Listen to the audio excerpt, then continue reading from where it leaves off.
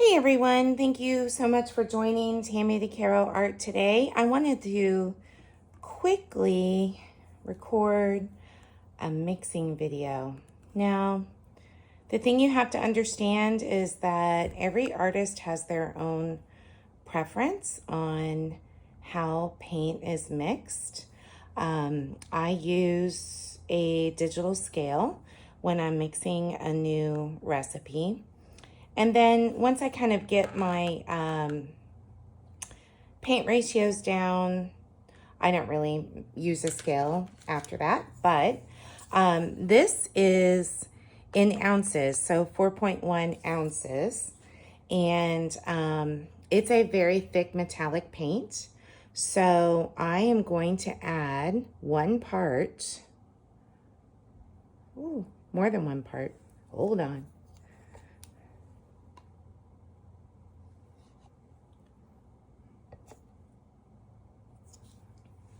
One part of Floetrol to this. So you can see that the ounces now are 8. And I will mix this thoroughly, the first part of Floetrol, because when you're mixing in Floetrol and you can see how thick that mixture is, this is a heavy bodied paint. And it's a metallic paint, so it's going to have a lot more pigment and mica powder in it than your average paint. But I really want to make sure I get that paint mixed in. If you don't, let's say you put, 4 parts of Floetrol straight in here and start mixing, you may, depending on the paint, end up with what common, referral is goobers. But basically it's chunks of paint that don't get mixed in very well. So I prefer to mix my Floetrol in a little bit slowly. Now see how thick that is. That's way too thick. It's mounding and not going away. That's way too thick for any kind of fluid art method. Now I'm gonna add another part. So this is my second part of Floetrol.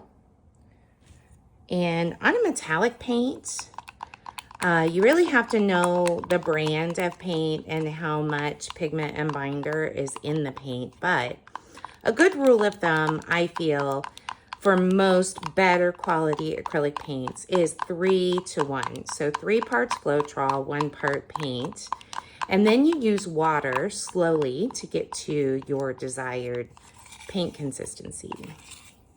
Now this paint I'm mixing right now is a Pearl Metallic by Creative Inspirations. It is a very thick paint. Creative Inspirations is from Jerry's Artorama. So you can see there, I still have a very thick mixture. So now we have 2 parts in, and I will add my 3rd part. And truly, I could probably go a lot further with the Floetrol, but I really don't like to deal with cracking and things like that. And I find if you put too much Floetrol in and have not enough paint, you really run the risk of doing that. And I think it's also helpful to understand why do we use Floetrol? Why do fluid artists use flood Floetrol? Well, first let's understand what Floetrol is. It is a paint conditioner used for professional painters who use paint sprayers to spray houses with house paint.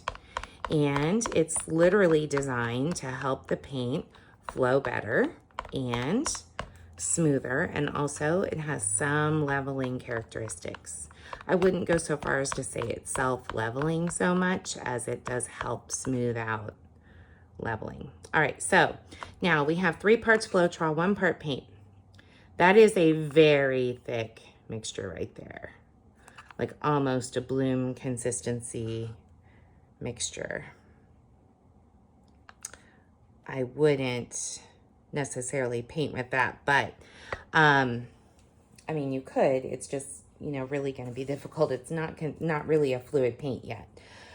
So how much water do we add? Well, when I start adding water, I like to zero it back, and I never measure the water in this way, but I'm going to just for sake of mixing. So let's see.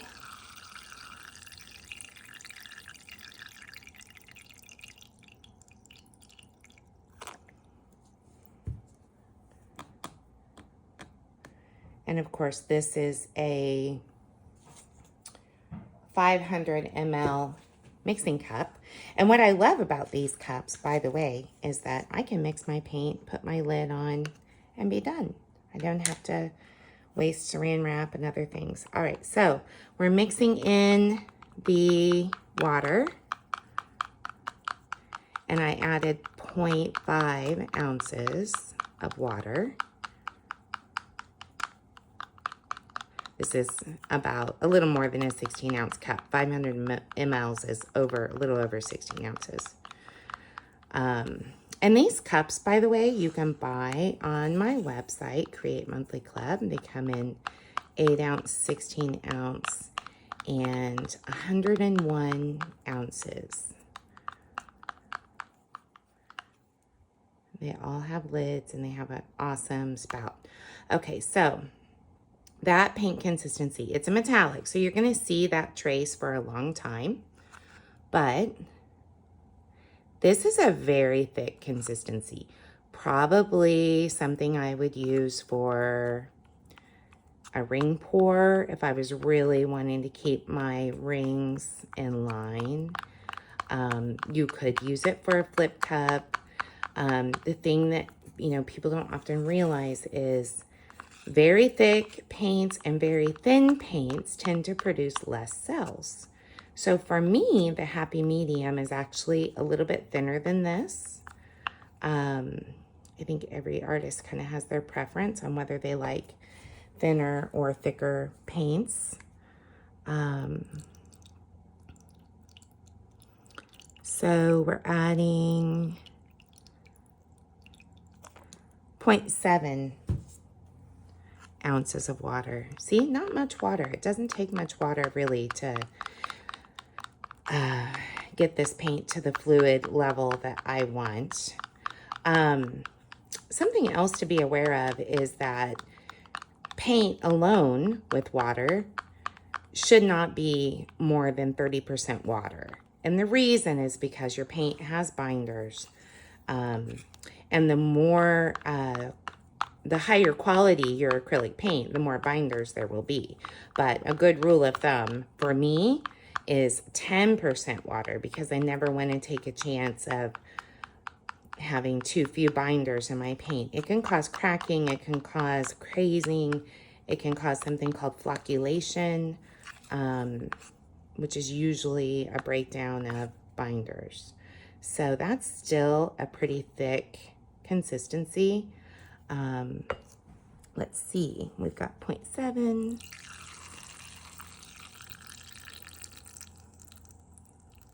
All right, so I'm gonna go a full ounce of water.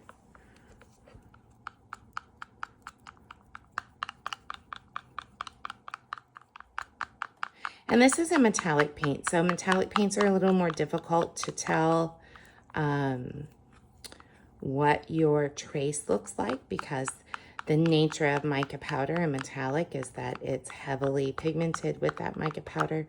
So you're going to see the trace a lot longer than the trace actually exists on the top of the paint.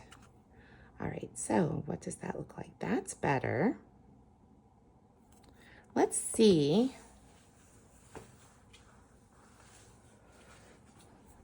what a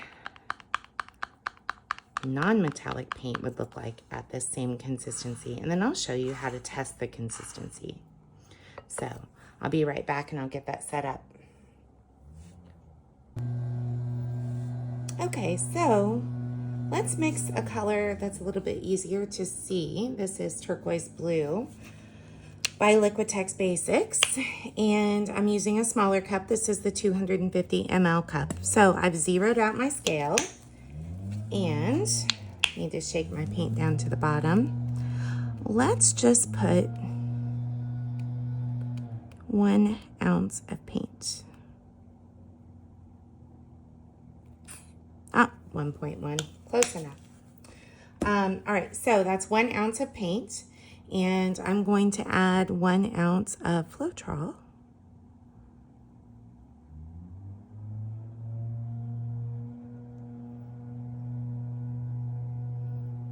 All right. So again, you know, you're going to see artists and hear artists say that their recipe is, you know, 2 parts paint to 1 part Floetrol, or I'm sorry, not 2 parts paint to 1 part Floetrol. That would be 3 parts Floetrol to 1 part paint.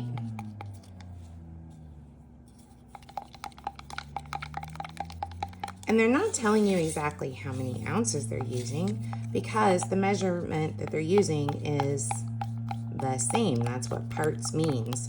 So if you want to measure it in 1 ounce measurements, then you're going to get this small amount. If I wanted to measure a large amount, and oh, by the way, take your stick out because your stick weighs something also. If I wanted to measure a much larger amount, maybe in, you know, this 16 ounce cup, it doesn't matter if my part is 10 ounces. What matters is that you're using the same unit of measure for the part. So in this case, we're doing 1 part paint. That was 1 ounce of paint, 1 ounce of Floetrol, 1 part to 1 part. I'm going to add my second part now. So now we have 3 ounces. You see how I mix in the Floetrol with each addition of a part of Floetrol, because I don't like to mix after I've added all the Floetrol. It can really create problems. You can get a lot of goobers that way, and later it's difficult to paint with that because you're picking them out of your painting. So I find that it's just a good practice to mix after each part is added. And now I'm going to add my third part of Floetrol.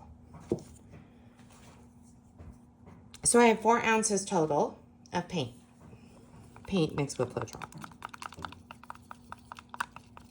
That was 3 parts Floetrol, 1 part paint. And that's usually my go-to ratio, unless I know the paint really well.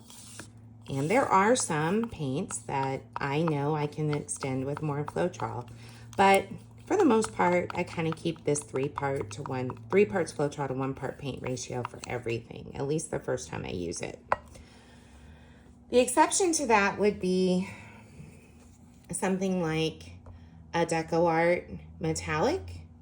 I might do just 2 parts of Floetrol because this is considered a craft paint, even though I think DecoArt metallics are superior to other craft metallics.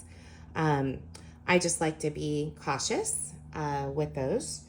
And also maybe, you know, some brand new brand I've never used before, I may go a little bit more conservatively with 2 parts Floetrol, 1 part paint.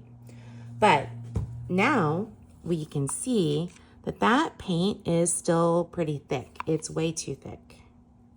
So we do need to add some water.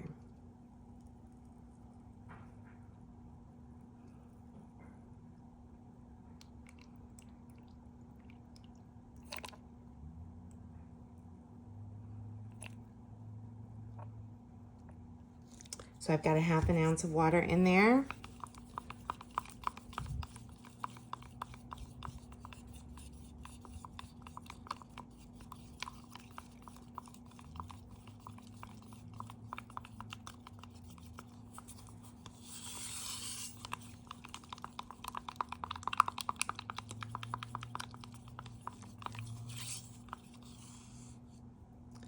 And you don't have to have a digital scale like this. You could use the unit markings on the side of a graduated measuring cup. This measuring cup is in mLs only. And honestly, if it's mLs or ounces, it doesn't really matter. What matters is that your parts are the same size. So I don't get hung up on that kind of stuff. So if you can tell from this, I am looking at how fast that trace disappears. So this is a little bit of a medium to thick range of consistency. And this is a good consistency for many fluid art techniques. Now, what happens if I decide I want something a little bit thinner? Then I would just keep adding water. We've only used ½ an ounce of water. We have 4 ounces total of Floetrol and paint. So when we're looking at this, one of the things that you have to consider is how much total water to paint you're using because of the binders. But in this case, I rarely ever add so much water that I have to worry about that. The next thing I'm going to share with you is how to use the paint consistency guide. And that is a free download. And I'm going to show you in a minute, compare this color of paint, which is the turquoise blue, to this metallic pearl that we mixed. So you can see the difference between those two consistencies. And what I might do to change those so they can be more closely aligned with each other, and also just some general guidelines on how to mix that together. All right, thank you. Okay, this is the consistency guide. You can download this for free off of Create Monthly Club and print it out and use it. Or if you sign up for the wait list, and when the Fluid Art box is ready to ship and launch, it will have all the paints, all the surfaces, everything you need, and a laminated copy of this consistency guide. Just so you know, this video link is not correct on the laminated copy because my YouTube channel got deleted by accident. That was my fault. And I had to start all over. So let's look at what paints we're comparing. We're comparing this turquoise blue by Liquitex Basics, this metallic pearl, and then just for an additional comparison, I have this. I have no idea what color this is. It was made from drippings. And so I just wanted to show you 3 options on how to use the consistency guide. This is our Create Monthly Club mixing cups, which you should never store with your mixing stick inside it, because this is what happens. The stick absorbs all the water in your paint, not all the water, but a lot of the water, and can greatly contribute to your paint getting too thick. So I try not to store that. I did that on purpose, actually, to see how much water it would absorb, which was something I was interested in. And then these Create Monthly Club cups have lids, a spout, a handle. They're awesome. That way you don't have to waste money on saran wrap and other things. A good best practice is to wipe out the inside of the cup when you go to store it, so that you don't get, see what I do is I just kind of go around the edge like this, so that when I go to use that paint again, I don't have dried paint mixing in with my liquid paint. And then It's nice and neat and clean. You don't get goobers from stuff drying on the sides. Put my lid on, and then I have my mixed paint ready to go. And these cups are 8 ounce, 16 ounce, and 101 ounce. All with lids, all with the spout, all with the handle, which is fantastic. And the lids fit really, really well. And they wash up really good too. So back to the consistency guide. How are we going to use that? Well, I will take my spoon, which is just a tasting spoon. I'll link it to in the description. That I order these, I don't know, like 1,000 of them at a time from Amazon, and it's awesome. But what is important is that you use the same size spoon. If you're just dripping your paint off of a stick, you're really not getting an accurate measurement. So what I do is I try to fill the circle. I use the same size spoon.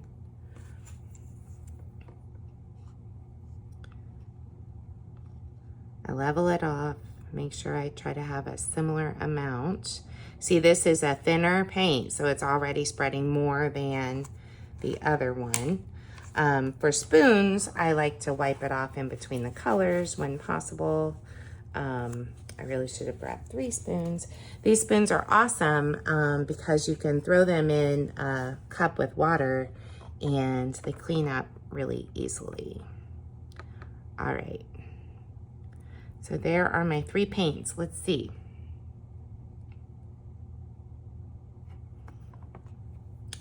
This one is obviously thinner, but we knew that when we put the paint down. It spread and made a larger circle.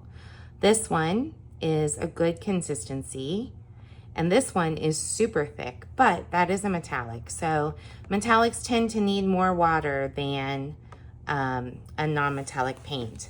These paints, if I used them right now in a painting, would cause chaos on my painting. It's so important to have the same consistency when you're creating fluid art, especially if you're doing something like a flip cup or a ring pour, ribbon pour, any of the techniques that require your paints to work together to create cells and lacing and things like that. It is important to have them the same consistency. So I typically paint at this consistency for most techniques. This consistency is quite a bit thinner. It is similar to what I might use for a blowout, or some people refer to that as a Dutch pour. I actually, for a blowout, I'd probably go a tad thinner than that. But it would be good on a swipe. You could do this consistency with even flip cups, though you'll have a lot more variation in that flip cup and a lot of cells. A blowout, this is an example. Some people call it a Dutch pour. This is a much thinner paint, and actually I used these same paint colors. So you see that turquoise in there. I may have a video on this, not exactly sure. But these are thinner paints, and you need them to be thin in order to blow them out over the base. Something that might be a little bit thicker is a Nautilus pour. I would prefer something a little bit more along this thickness. Remind you what that looks like. Because I would want these lines to stay intact as much as possible. And this was spun out on a spinner. So the thicker paint actually is better. However, it does produce less cells because of the style of art that it is. something that's a different style is a marble pour. Again, I prefer a little bit thicker paint consistency. I think you have better control over what's happening with your paint when it's a little bit thicker. This was multiple marbles on this piece that created a lot of this marble effect. That's why it's, well, you use a marble to do it, but it also creates a marbled effect, which is why the name actually applies to both the technique and the result. So these are just some examples of paintings that I could use this consistency, this one, or this one, on this. This one is still too thick. So what do we do to thin that out? Add a little bit more water. If we're trying to match this consistency, we would add a little bit more water of this, continue to test them, these two colors, to see if they match. Now this one, what do we do to make that thicker? What if we're trying to get this paint to match this paint? There are a couple of ways to do that.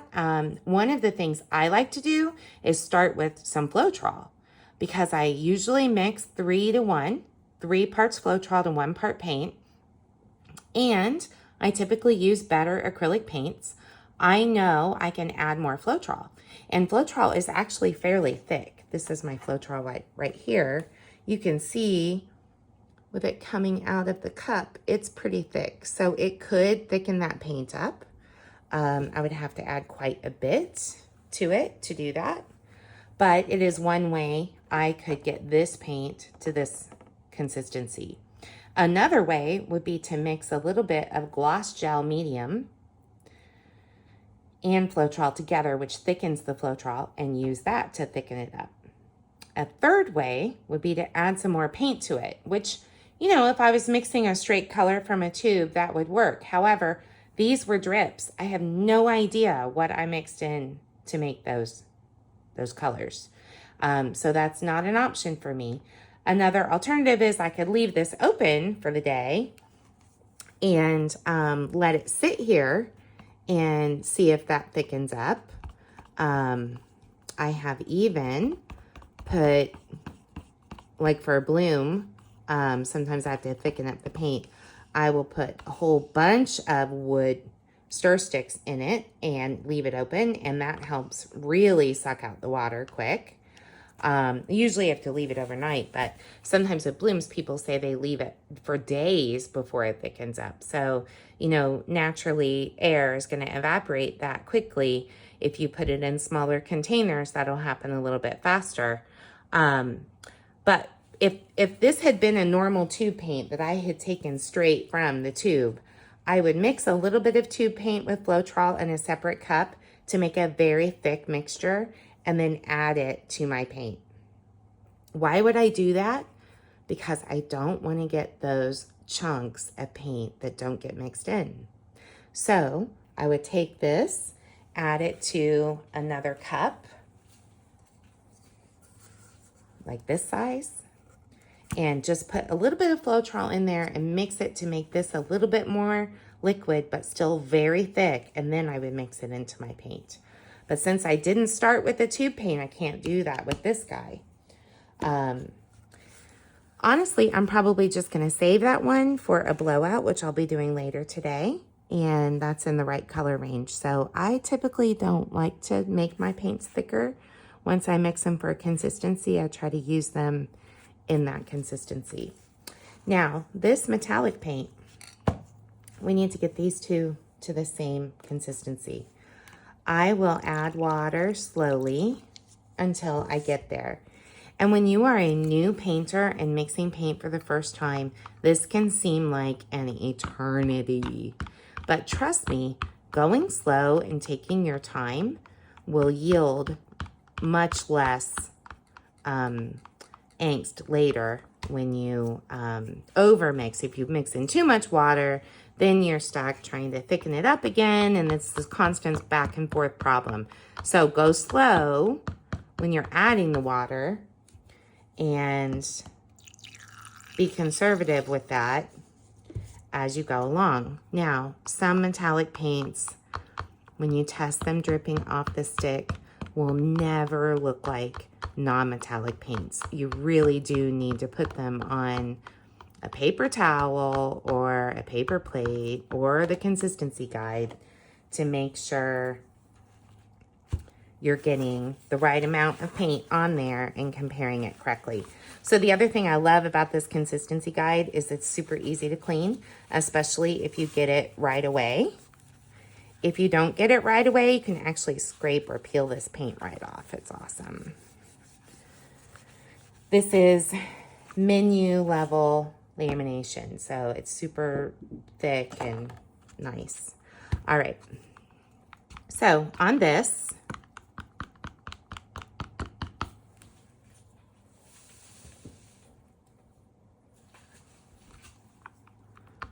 move my light a little bit closer so you can see it a little bit better.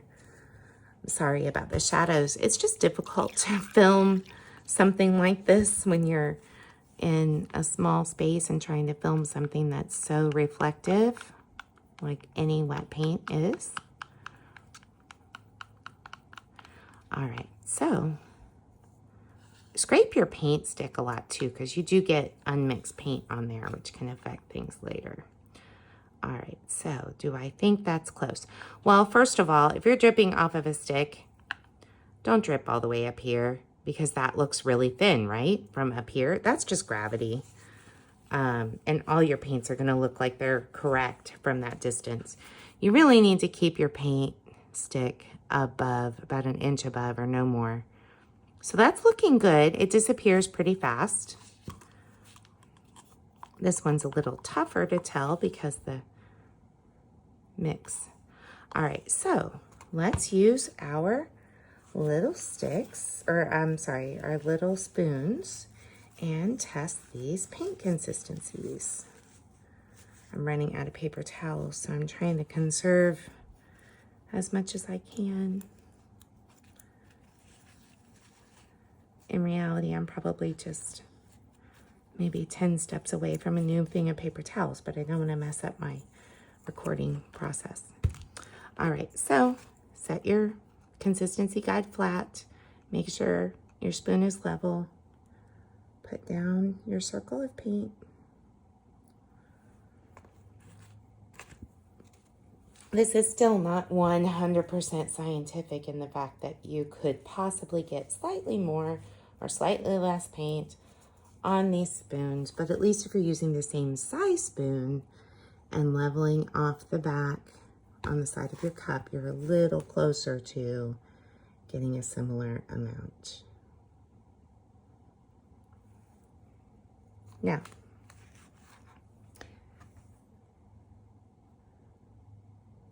oh, see? That's pretty close. With a metallic, that's the reaction I would expect. I do still have an opportunity, though, to add a little bit more water. But those are very close. This distance between these two is minor. Now, we'd love to see them both all the way down at the same rate, but the important thing is they really stretched at about the same rate. And probably, if we let it sit at an extreme tilt, it'll get a little bit closer. Again, because of gravity. Yeah, see, they're a little bit closer now. But this is minor, this amount. What you don't want is your first colors down here and your second colors up here. This is minor. So how would I fix that?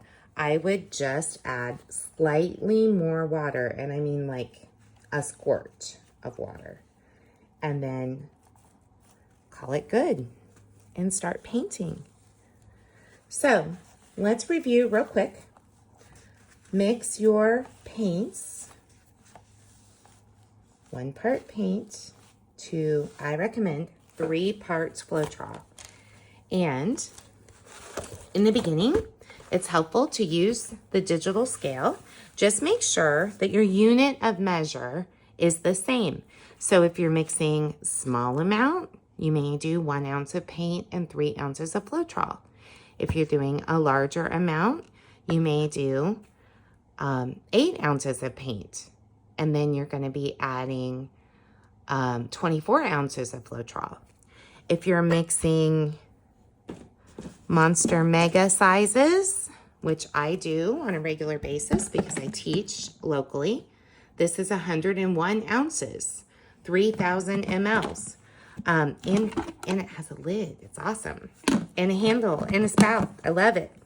I have these custom made, mainly because I mix so much paint. I go through gallons of Floetrol every month. And on a typical week, I will mix 300 to 400 ounces of paint. On a super busy week, it'll be even more than that. A couple of weeks ago, I had 5 classes in 1 week, and I mixed a ton of paint. I used 5 gallons of resin. It was kind of a flavor of the month kind of week. It was like fall door signs, which is different than my normal classes, and all kinds of things. It was a different class every single day of the week, which was awesome. But back to mixing, make sure whatever it is you're doing, whether you're using a graduated measuring cup, and that's a volume measurement, or you're doing ounces on a scale, just make sure it's the same. The same unit of measure for paint and the same unit of measure for your Floetrol. And then water, of course, add slowly. I'm kind of at the point of, after doing this for so many years, I just sort of know how much water to add. But, you know, if you had told me that I would only add less than an ounce of water to this to make it the right paint consistency, I would have probably questioned that. But in reality, that's what it was. And then on this one, we didn't use a lot of water at all. We still do need to put a tad in. So when I say a squirt, that's what I mean. And there are many fluid artists that really do not measure their paint. They do it by eye. And the reason is because, you know, as long as you get close to a 1-to-3 ratio or 1-to-2 ratio, 1 part paint, 3 parts Floetrol, then what's critical is how much water you're adding to get that paint to the right consistency. So I hope this helps, and you are welcome to go to createmonthlyclub.com, sign up for the wait list, and get a free download of this consistency guide. And then you'll be notified when I have new art kits available for sale and new products. And the next new product to hit our website, which probably will be later this week, is the 8 ounce, 16 ounce, and 100 ounce cups, measuring cups, though they are in ml measurements, by the way, because I did have to have these custom created. It was easier to do them with mLs because the factory was already set up to do that. The spout, the handle, the lid. That's the best part of this. You can go away with using all the saran wrap and associated things to measure out your paint and save it. It's awesome. And then if you wipe out the inside, like I would wipe all this extra and this extra, and then my paint would stay easy to use, and I wouldn't have gobs and goobers showing up in my paint later from the dried paint getting mixed back in. That's one big tip that has saved me a ton of time. And the other helpful hint is when this is empty, I'll put the lid back on and, I'll put some water in it, put the lid back on and shake it really hard, and then leave it like that for a day or two. And typically that will help loosen any paint that's in there. And then I'll pour it out and wipe it out with a paper towel, and it's ready to go again. So some of these have, you know, little drips here and there. If they're thick enough, you can usually pull them off when they're dry. But I've just found that few minutes of wiping out the inside of all this extra paint saves me so much headaches later with having to worry about straining my paint. Same thing with my Floetrol measurement. There's a little bit left in there, so I'll probably just pour that out and set it upside down for a little while and then wipe it out, and I'll be ready to use it again. If I forget to do that, then I might just wait until it dries and peel it out.